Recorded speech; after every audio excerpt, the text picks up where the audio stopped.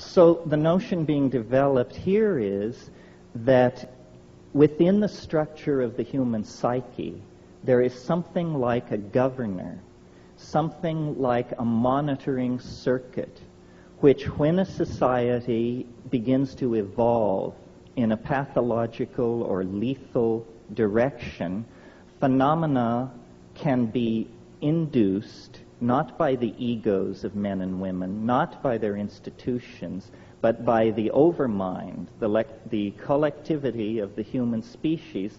Phenomena can be induced which are so corrosive to the ideologies currently in place that their underpinnings are cut away, their validity is called into question, and their programs for social development and control are invalidated and destroyed. Now, a perfect example of this is the rise of infant Christianity.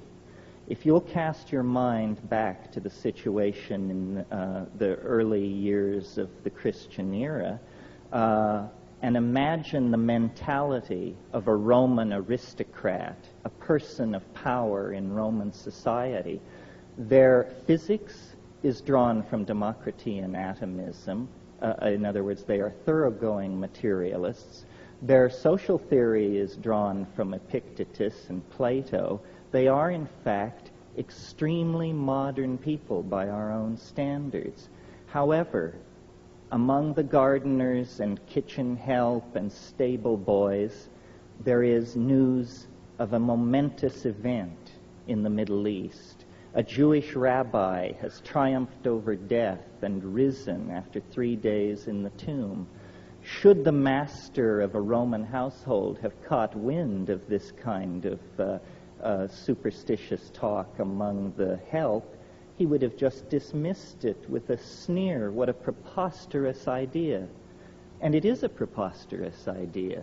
Nevertheless, the fact that an idea is preposterous has never held it back from making zealous converts.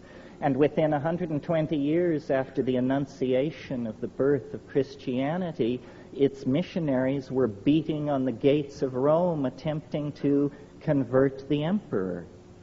Now I see a similar situation in the modern context, that rationalism, scientific technology, which began and came out of the scholasticism of the Middle Ages and the quite legitimate wish to glorify God through an appreciation of His natural world, turned into a kind of demonic pact, a kind of descent into the underworld, a nekeia, if you will, leading to the present cultural and political impasse that involves massive stockpiles of atomic weapons, huge propagandized populations cut off from any knowledge of their real histories, male-dominated organizations plying their message of lethal destruction and inevitable historical advance.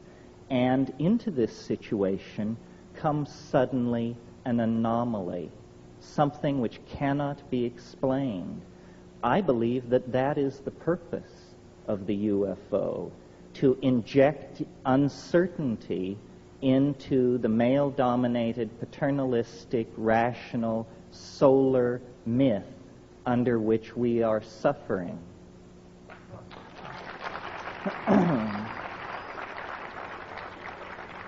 So, I suppose if you had to categorize this point of view, you would say I'm taking a depth psychological, psychoanalytic point of view. What I'm saying is that the UFO is nothing more than an assertion of herself by the goddess into history, saying to science and paternalistically governed and driven organizations, you have gone far enough. We are going to turn the world upside down. Your science is going to be shown up for what it is, nothing more than a pleasant metaphor usefully extrapolated into the production of toys for healthy children. That's what science is good for.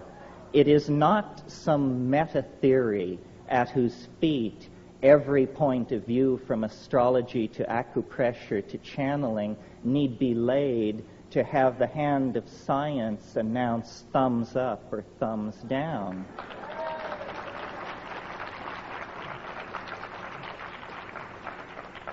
Now, there is another possibility which can be dovetailed into the first.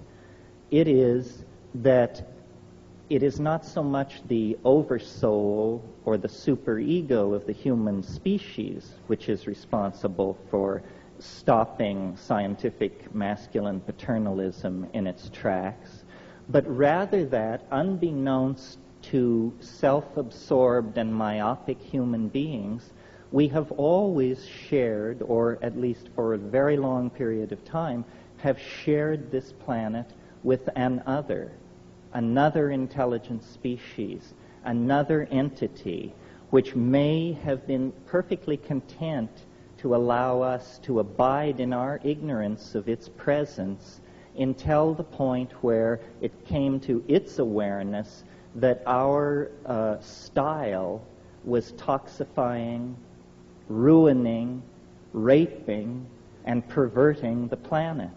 And at that point, this thing springs into action with similar end results as the previous scenario, the invocation of the superego. It's astonishing to me that in the 45 years that the UFO, are we being visited question has been kicked around, I have never seen in any UFO book or publication the suggestion made that if we believe we are being visited by organic, intelligent life forms from some other dimension or place in the galaxy, then we should very, very thoroughly examine the ecology of this planet for traces of its presence.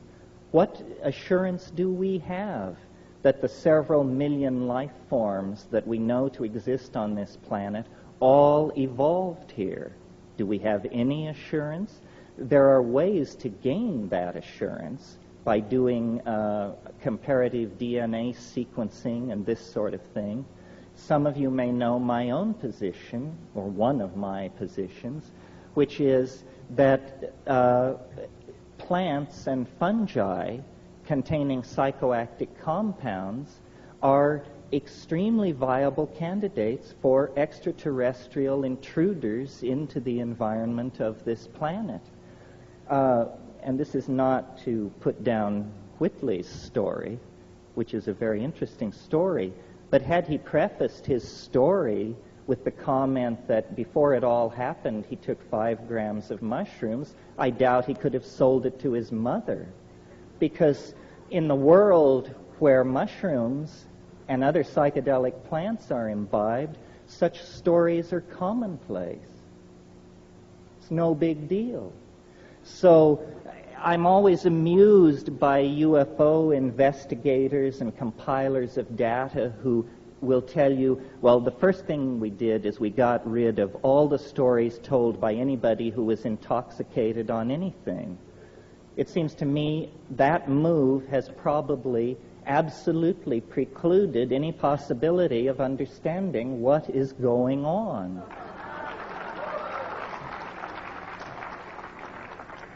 You see, culture is something that we wear like clothes, and we're very much at ease with culture. Our mind is very much at ease with culture, and we gather the language of a given culture around us. Culture is the mind unperturbed. When a shaman or an ecstatic visionary goes into the wilderness and through ordeal or yogic